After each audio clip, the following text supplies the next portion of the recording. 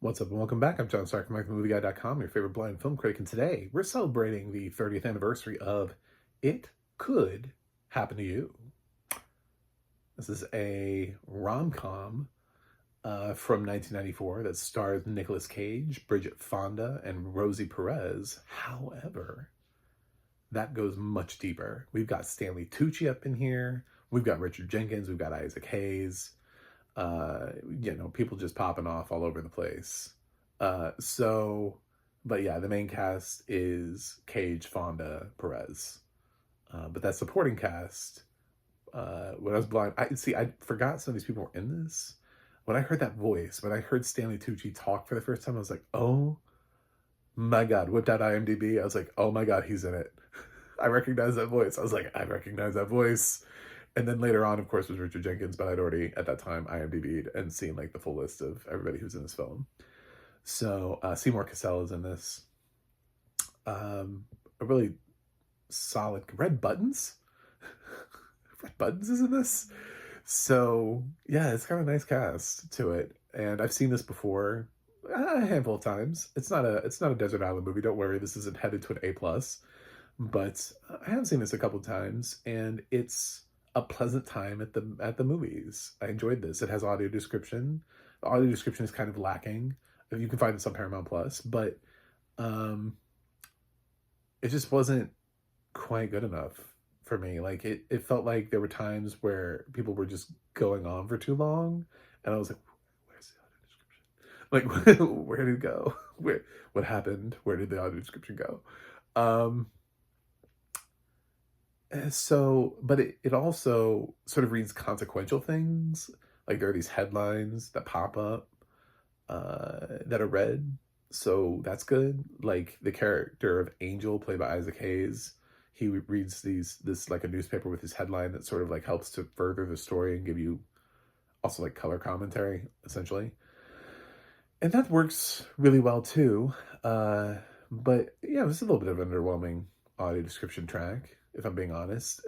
And it's hard to know from the beginning because I've seen this movie at least two or three times. This is probably my, again, third or fourth time seeing it. Maybe even fifth. I don't know. It's been 30 years. It's not impossible to say I've seen this film 5 times in 30 years. So, uh, because of that, I kind of knew the beats and I knew it was going and I knew where it was headed. Wendell Pierce is in this, by the way, too. I'm just everybody just keeps popping up. I'm just like, oh my God, that person was in this too. Um, and it's the film where the cop buys a lottery ticket and he doesn't have the money to tip, so he says, "I'll split the lottery ticket with you if it wins." He goes back home. He has a nasty fucking wife played by Rosie Perez. I'm sorry, she's shitty. She's nasty the whole time, and I never like her character. It's a great performance from Rosie Perez. Nothing against Rosie Perez. She's a bit of a she's so incompatible. You're like, how did this ever happen? You know what I'm saying? Like they are like he's presented as this like generous person who loves to help and give and he wants to be a dad, and she's like the antithesis of literally everything he is. Like if he wants to go right, she goes left. Do you know what I'm saying? Like it's one of those things where they have like, what is it that you share? Like what is the one thing that you, of course it's PG-13, so the answer is sex. You're not going to find that here. By this stage in the marriage, there is none. I can tell from his character, there is none. Um, so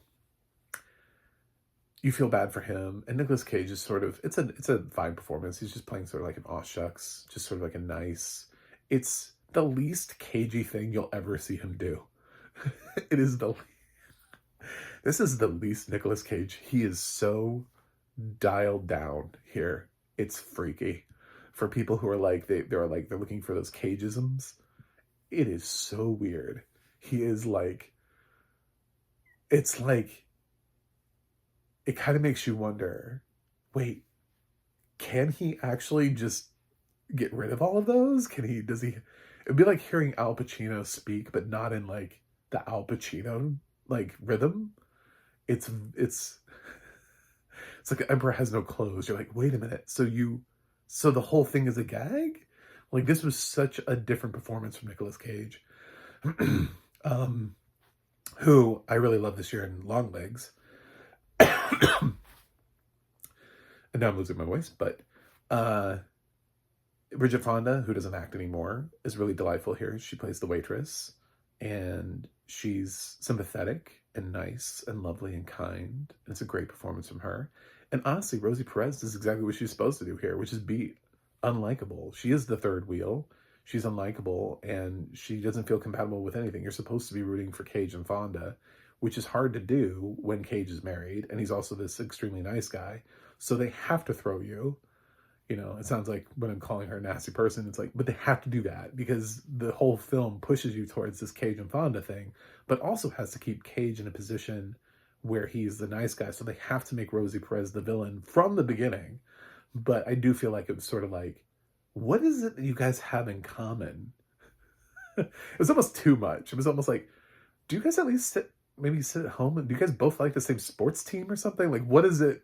What is it about you that what did you bond over, you know? And you don't really ever hear that or get that from them. They just seem like they're on two different like life cycles or something. It's almost too much. This film can get a little bit too much. The ending is a bit too much. This as the kids say is extra. It has a lot of extra in it, but towards the end, and then it gives you the ending and you're like, okay, done. But it's somewhat charming. I liked it. It's an easy watch. A little bit of a comfort film. Audio description wasn't great. I like the performances. I'm pleasantly surprised by the supporting cast. A lot of these people didn't pop until later.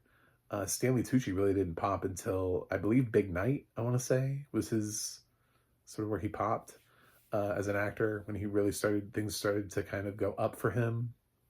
He was really a bit part character actor in 1994. Richard Jenkins didn't pop until much later. He was also a bit part character actor this time period. So seeing them here, obviously the Red Buttons thing, he was famous before this, so this is more just like an on the way out the door, like a hi classic actor, thanks for being here. So yeah, good cast. Check it out if you want. I'm gonna give It Could Happen to You a B+. I've enjoyed it enough. I thought about giving it a lower grade because there are parts of this that frustrated me, but it's like I keep watching this film and enjoying it for some weird reason. Like it pulls me in. I'm like, oh yeah, I want to watch the movie with the lottery ticket. I don't know why. And I think that rewatchability factor has to be factored in as well. I can't just be like, what's it like? It's like, no, I've actually watched this film several times. There has to be something to that. There's some magic that's in this that I haven't quite uncovered. Like, what is it about this film that keeps drawing me back? But anyway, I like celebrating its 30th anniversary. I'm not going to lie and pretend like I hate this movie. I've never seen it before. So yeah, it's silly. It's not perfect, but it's maybe comfort food for some people. Anyway, thanks for watching. Thanks for subscribing, and I'll see you guys on the other side.